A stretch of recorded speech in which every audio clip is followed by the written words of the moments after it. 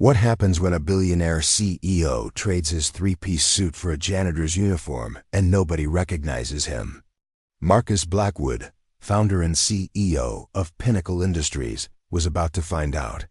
For 1 week, he would mop floors, empty trash cans, and clean bathrooms in his own company. Most employees ignored him completely. Others treated him like he was invisible. But one struggling intern named Sophia Chen did something that would change everything. She looked him in the eye, learned his name, and treated him like he mattered. What happened next would expose the true character of everyone around them and lead to the most shocking board meeting in corporate history. Before we jump back in, tell us where you're tuning in from. And if this story touches you, make sure you're subscribed, because tomorrow, I've saved something extra special for you. The mahogany desk stretched like an ocean between Marcus Blackwood and the resignation letter that had arrived that morning. Sarah Martinez, one of his most promising junior executives, had quit without notice. Her final email burned in his memory. "I can't work for a company that treats people like they're disposable. The culture here destroys souls." Marcus stood at the floor-to-ceiling windows of his corner office on the 42nd floor, watching the city sprawl beneath him like a circuit board of ambition and exhaustion. At 38, he had built Pinnacle Industries from a small tech startup into a Fortune 500 powerhouse. The company employed over 15,000 people across 12 states. His face had graced the covers of Forbes, Fortune, and Inc. magazine. Wall Street analysts called him a visionary. His competitors called him ruthless, but Sarah's words haunted him. Was he really that disconnected from the people who made his empire possible? The intercom buzzed. "Mr. Blackwood, your brother is here to see you." Daniel Blackwood entered without knocking, a habit that had annoyed Marcus since childhood, but one he'd never bothered to correct. Unlike Marcus, who lived in tailored suits and measured words, Daniel wore jeans and spoke his mind without a filter. He worked as a high school teacher and had never understood his brother's corporate ambitions. "Bad news travels fast," Daniel said, settling into the leather chair across from Marcus's desk. "Sarah Martinez called me this morning. She's my neighbor, remember?" Marcus turned from the window. "What did she tell you?" "Working here was like being trapped in a machine that grinds up everything good about people." Daniel leaned forward. "She said you've become someone who sees employees as numbers on a spreadsheet instead of human beings with families, dreams, and problems." The accusation hit harder because it came from family. Marcus had always prided himself on being fair, even generous with compensation and benefits. Pinnacle Industries offered competitive salaries, excellent health insurance, and generous vacation policies. What more could employees want? "I pay above market rate," Marcus said. "Our benefits package is industry-leading. The company has created thousands of jobs. Money isn't everything, Marcus. Sarah told me about the intern program." "How most of the executives treat those kids like their servants. How the company culture rewards stepping on others to climb higher." Daniel's voice softened. "When was the last time you actually talked to someone who works on the lower floors?" Marcus considered this. His interactions were mostly limited to vice presidents, department heads, and the senior management team. His assistant screened his calls and scheduled his meetings. Security escorted him through private entrances to avoid crowds. Even in the executive elevator, he rarely encountered regular employees. "I have department heads who handle day-to-day operations," Marcus said. "I focus on strategy and vision." "And how's that working out?" "You're losing good people like Sarah because they feel invisible and undervalued." Daniel stood and walked to the window. "You know what Dad used to say about leadership?" Their father had been a factory foreman, a man who knew every worker's name and asked about their children. He died when Marcus was 25, just as Pinnacle Industries was taking off. Marcus had thrown himself into work as a way to cope with the grief, gradually losing touch with the hands-on leadership style his father had modeled. He said a real leader gets his hands dirty alongside his people, Marcus said quietly. He said you can't understand a business from the top floor. Exactly, so why don't you? That evening, Marcus sat in his empty penthouse apartment, staring at his reflection in the darkened windows. The space was immaculate, professionally decorated, and utterly sterile. No family photos, no personal touches, nothing that revealed who he was beyond his net worth. He ate a catered dinner alone, as he had for the past 3 years since his divorce. The idea came to him gradually, like dawn breaking over a landscape he'd forgotten existed. What if he could see his company through different eyes? What if he could experience what it was really like to work at Pinnacle Industries, without the protective bubble of executive privilege? By midnight, he had a plan. The next morning, Marcus called in sick for the first time in 5 years. Instead of going to his office, he drove to a discount clothing store in a neighborhood he'd never visited. He bought work boots, dark blue uniforms, and a baseball cap. At a barber shop in the same strip mall, he asked for a haircut that would make him look ordinary, forgettable. The transformation was startling. Without his expensive suits and perfectly styled hair, Marcus looked like any other middle-aged working man. Years of gym membership had kept him fit, but the rough hands came from a special effects makeup artist he'd hired discreetly. She'd also added temporary tattoos and subtle changes to his appearance that would fool anyone who didn't know him intimately. Marcus had done his research. Pinnacle Industries contracted with Valley Cleaning Services for janitorial work. A few carefully placed phone calls and a substantial, anonymous donation to the cleaning company owner's favorite charity had secured him a week-long position. His cover story was simple. Mike Rodriguez, recently laid off from a manufacturing job, desperate for work to support his sick mother. The Valley Cleaning Services supervisor, a tired-looking woman named Carol, met him at the employee entrance of Pinnacle Industries at 5 in the morning. Marcus had never used this entrance, located in the basement parking garage. The fluorescent lights buzzed overhead, casting harsh shadows on concrete walls, painted institutional grain. "You're the new guy," Carol said, looking him up and down. "With practiced efficiency. Ever done commercial cleaning before?" "Some," Marcus lied, hoping his nervousness would be mistaken for first-day jitters. "Pay attention and don't touch anything you're not supposed to. These corporate types notice everything and complain about everything." She handed him a cart loaded with supplies. "You'll be working floors 15 through 25.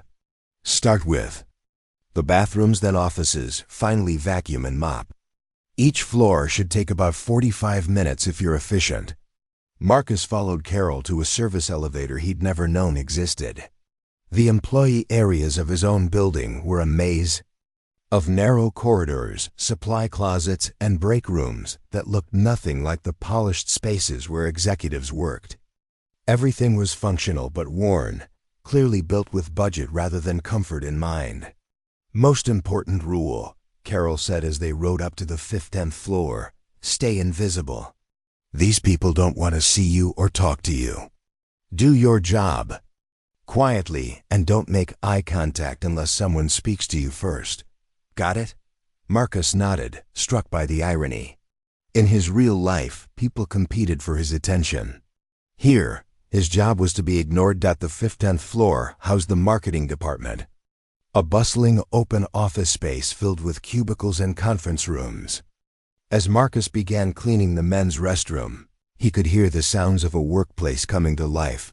Phones ringing, conversations starting, keyboards clicking. It was 7:30 in the morning, and the day shift was arriving. Cleaning toilets was humbling work.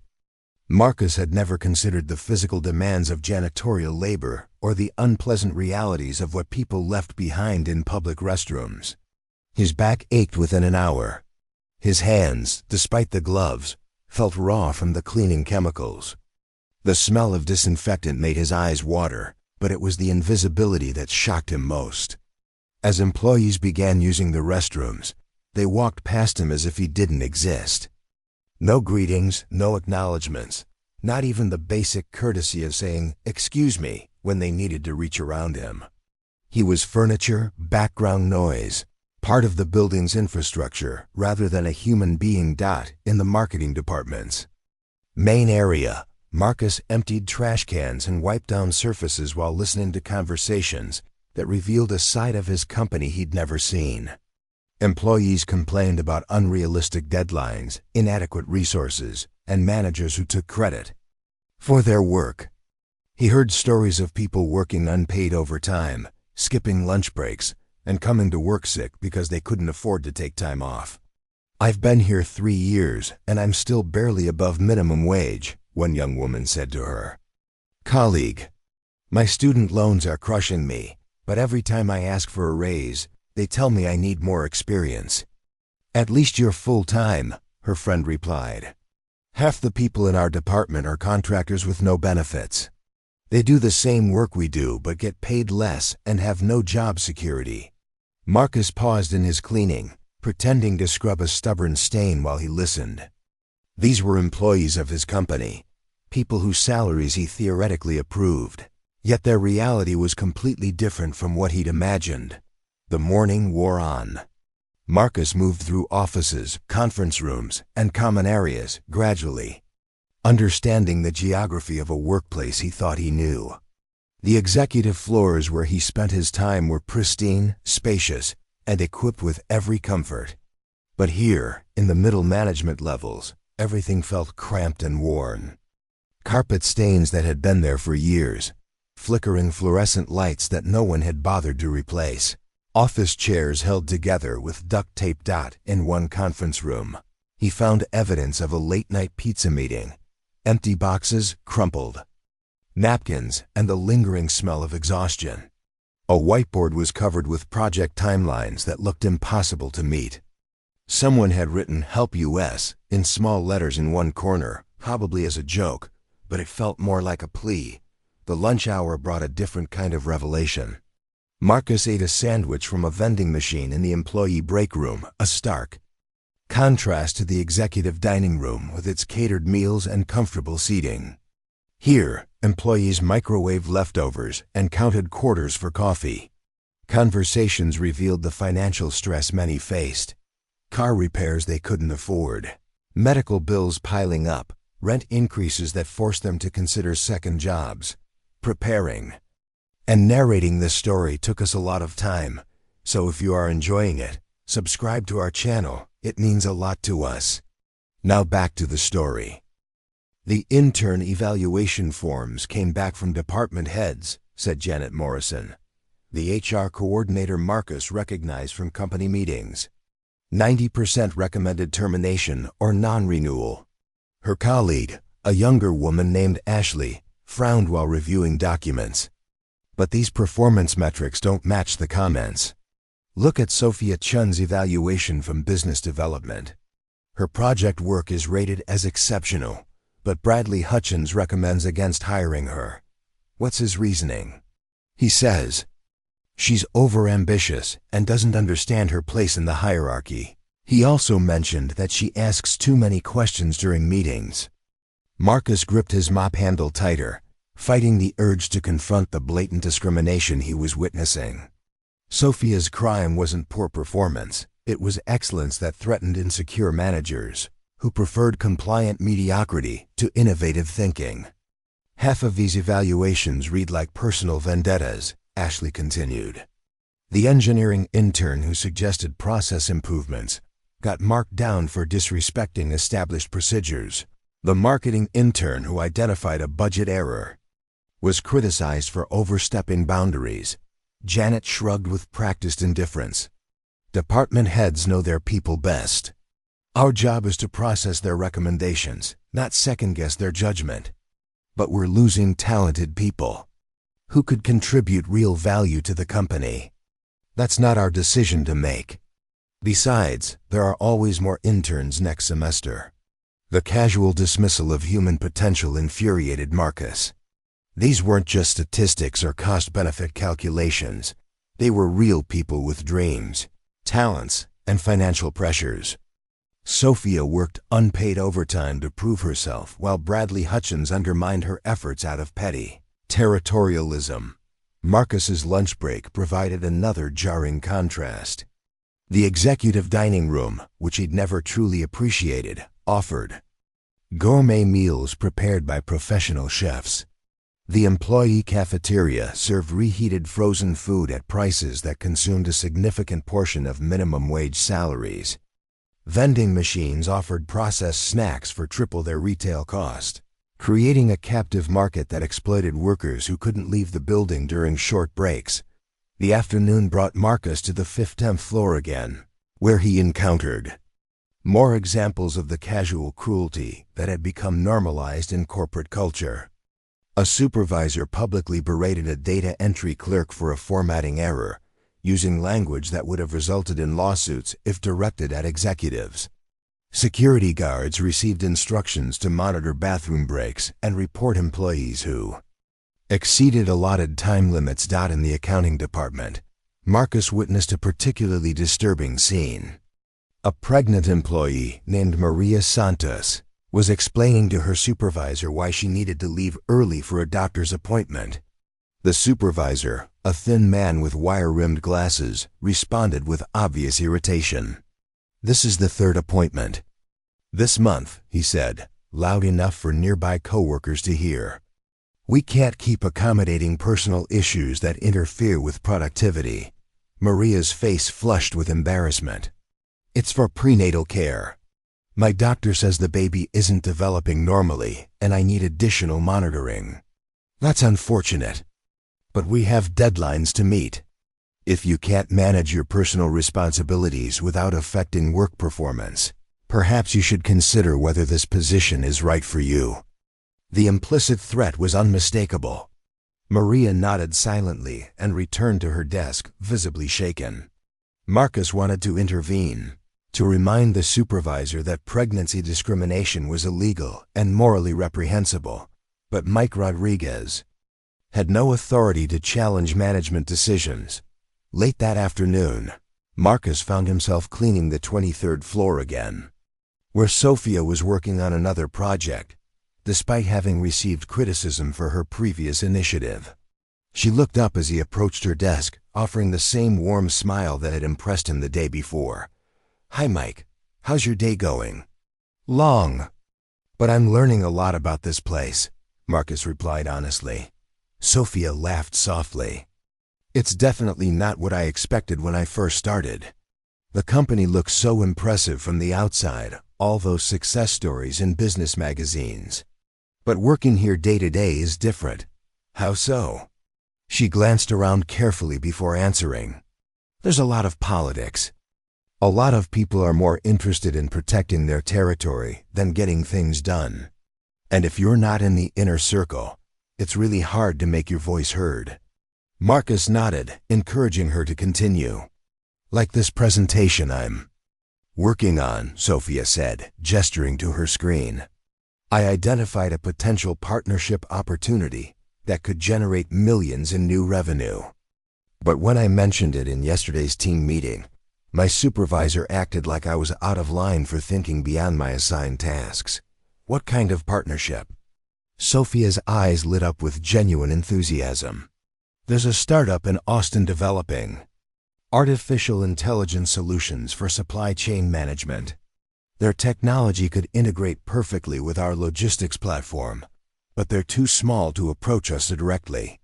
I think we could acquire them for a fraction of what it would cost to develop similar capabilities in-house." Marcus was impressed despite himself. Sophia had identified exactly the kind of strategic opportunity that Pinnacle Industries needed to maintain its competitive edge. Her analysis demonstrated sophisticated understanding of market dynamics and corporate strategy skills that many MBA graduates struggle to develop. "Have you shared this analysis with anyone besides your supervisor?" "I tried, but there's no real mechanism for interns to communicate with senior management. Everything has to go through department heads, and if they're not interested, double quotes, Sophia shrugged. "I guess I'll keep working on it and hope someone eventually pays attention." The conversation was interrupted by the arrival of Patricia Wordsworth, the legal department head Marcus had observed earlier. Patricia strode through the area with purposeful efficiency, stopping at various desks to deliver instructions or collect documents. When she reached Sophia's workspace, her demeanor became noticeably cooler. "Miss Chun, I need you to prepare copies of the Henderson contract for tomorrow's client meeting. 25 sets, collated and bound." Sophia looked confused. "I'm not sure I'm familiar with that contract, Ms. Wordsworth. I work in business development, not legal." Patricia's expression hardened. "I'm aware of your department assignment.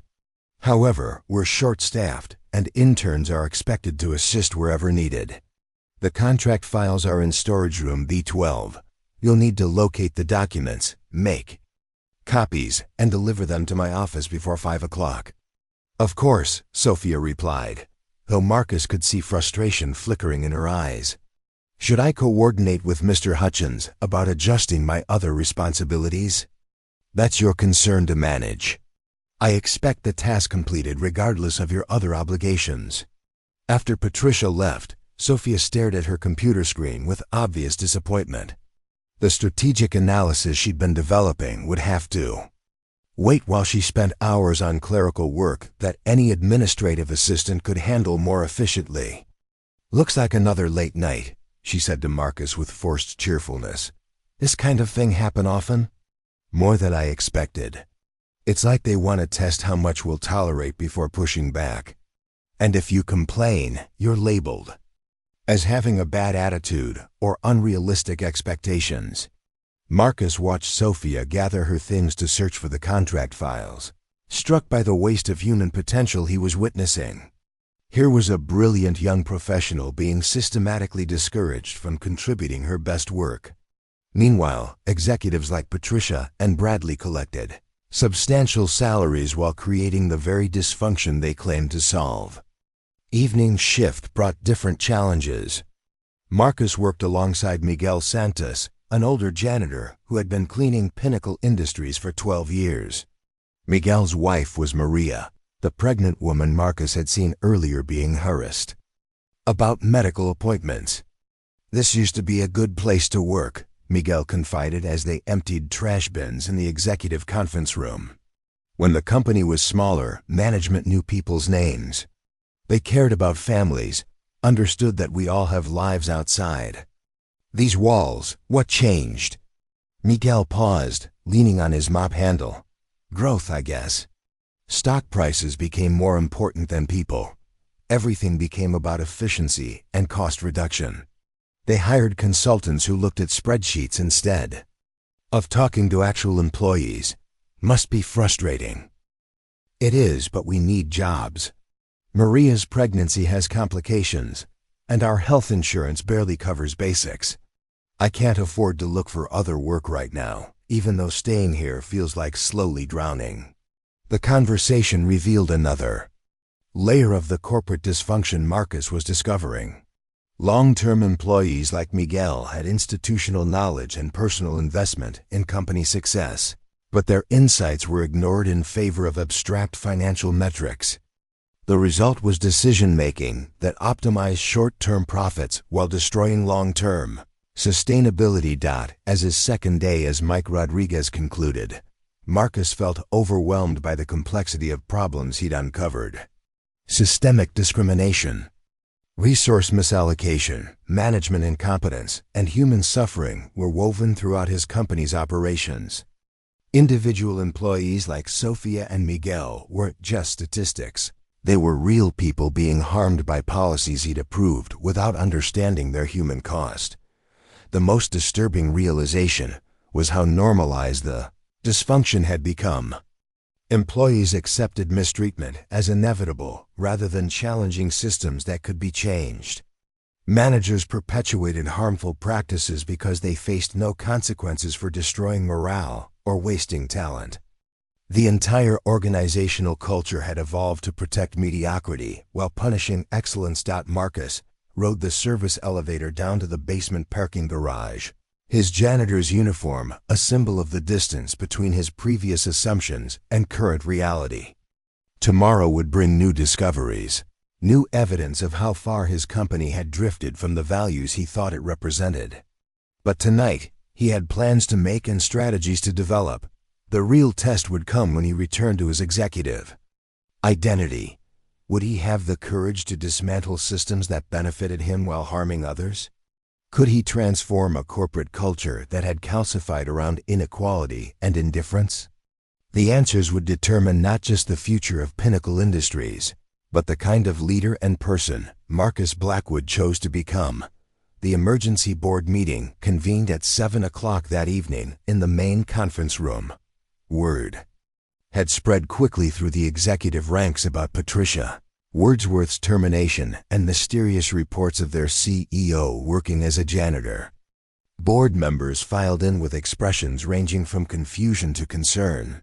Unsure what crisis had prompted the urgent gathering, Marcus stood at the head of the polished table, no longer wearing his janitor's uniform, but not quite comfortable in his expensive suit either. The past 3 days had changed something fundamental in how he saw himself and his role as a leader. "Thank you all for coming on short notice," Marcus began, his voice steady but carrying new weight. "I called this meeting to discuss the future direction of Pinnacle Industries, based on discoveries I've made about our current operations." Board member Harrison Walsh, a silver-haired veteran of corporate boardrooms, leaned forward skeptically. "Marcus, we've heard some unusual reports about your activities this week. Perhaps you could clarify what's been happening." "I spent 3 days working as a janitor in our own building," Marcus said simply. "I wanted to understand what this company looks like from the perspective of our lowest-paid employees." The silence that followed was deafening. Several board members exchanged glances that suggested they questioned his mental state. "And what did you discover?" asked board member Jennifer Chun, Sophia's distant relative who had joined the board the previous year. Marcus activated the wall-mounted display, showing a presentation he'd prepared that afternoon. But instead of financial projections or market analysis, the slides contained photographs and documentation of everything he'd witnessed. "I discovered that we've created a culture of systematic inequality and casual cruelty," Marcus said. "We have brilliant interns like Sophia Chun producing executive-level work while being treated as disposable labor. We have 12-year employees like Miguel Santos facing job threats while his pregnant wife is hospitalized because managers prioritize attendance over humanity." The presentation continued with evidence of financial waste, discriminatory practices, and management failures that board members had never seen in their sanitized quarterly reports. Marcus showed them the cramped conditions in the legal department, the harassment in HR, the toxic behavior that drove away talented people like Sarah Martinez. "This is all very concerning," Walsh said carefully, "but these seem like operational issues that department heads should address internally." "The department heads are the problem," Marcus replied firmly. "I've terminated Patricia Wordsworth and Bradley Hutchins. I'm restructuring the entire management hierarchy to prioritize competence and character over political maneuvering." The boardroom erupted in concerned murmurs. Jennifer Chun raised her hand for quiet. "What specific changes are you proposing?" Marcus advanced to the next slide, revealing a comprehensive restructuring plan he'd developed with input from Rebecca, Sophia, and several employees whose insights he'd gathered during his janitor experience. "First, we're converting all unpaid internships to paid positions with clear advancement pathways. Sophia Chun will be promoted to Director of Strategic Development, with authority to implement the partnership proposals she's developed." "A 22-year-old director?" Walsh protested. "That's completely unprecedented." "So is having a CEO who empties trash cans," Marcus replied. "Merit should determine advancement, not age or political connections." He continued outlining changes, improved working conditions, transparent promotion criteria, profit-sharing programs that included all employees, and regular forums where any worker could communicate directly with executive leadership. "These changes will cost millions," another board member observed. Treating people properly isn't a cost, it's an investment. We're losing talented employees because we've created an environment that punishes excellence and rewards mediocrity. That's far more expensive than fair wages and decent working conditions. The meeting continued past midnight as Marcus presented detailed financial projections showing how employee retention, increased productivity, and improved innovation would more than offset the costs of treating workers humanely. 3 months later, Sophia stood in the same conference room, now wearing a business suit instead of intern attire, presenting her successful integration of the Austin startup that had generated $40 million in new revenue. The partnership she'd identified while working unpaid overtime had proven even more valuable than her original analysis suggested. Miguel Santos had been promoted to facilities supervisor after his suggestions for efficiency. Improvements saved the company hundreds of thousands annually. His wife Maria had delivered a healthy daughter, and the family now had comprehensive health coverage that covered all their medical needs. Rebecca Martinez had been promoted to chief of staff, using her organizational skills and institutional knowledge to streamline operations that had been unnecessarily complicated by bureaucratic territorialism. The changes hadn't been without challenges. Several executives had resigned rather than adapt to the new culture of accountability and transparency. Some board members had initially resisted the transformation, fearing it would hurt profitability. Instead, Pinnacle Industries had recorded its most successful quarter in company history. Employee satisfaction surveys reached record highs. Turnover dropped by 60%. Innovation increased as workers felt safe proposing new ideas without fear of retaliation. Marcus still visited different floors regularly, but now he did so as himself, engaging directly with employees at all levels. He'd learned that effective leadership required understanding the human impact of every decision, not just the financial implications. The story had attracted media attention, with business magazines writing about the Janitor CEO who'd revolutionized corporate culture by experiencing his own company from the bottom up. But Marcus deflected most interview requests, preferring to let the results speak for themselves. On a quiet Friday evening, Marcus found Sophia in her new office, working late on another strategic analysis. Her workspace was equipped with the same quality furniture and technology available to other directors, and her nameplate read Sophia Chun, Director of Strategic Development. "Still pulling all-nighters?" Marcus asked, knocking on her open door. Sophia looked up with a grin. "The difference is now I'm doing it because I want to, not because someone's testing my compliance." "Any regrets about how things turned out?" She considered the question seriously. "I regret that it took a CEO pretending to be a janitor for the company to recognize basic human decency. But I'm grateful you had the courage to make changes when you could have just returned to your corner office and forgotten what you'd seen." Marcus nodded, understanding her perspective. The transformation of Pinnacle Industries hadn't been about him becoming a hero. It had been about creating systems that recognized the heroism already present in employees who'd been overlooked and undervalued. "What's next?" Sophia asked. "More of the same. Keep learning, keep listening, keep remembering that a company is just people working together toward common goals. When we treat people well, everything else follows." As Marcus walked through the building toward the executive elevator, he passed Miguel finishing his evening rounds as facility supervisor. They exchanged friendly greetings, both men comfortable with who they were and how they'd contributed to positive change.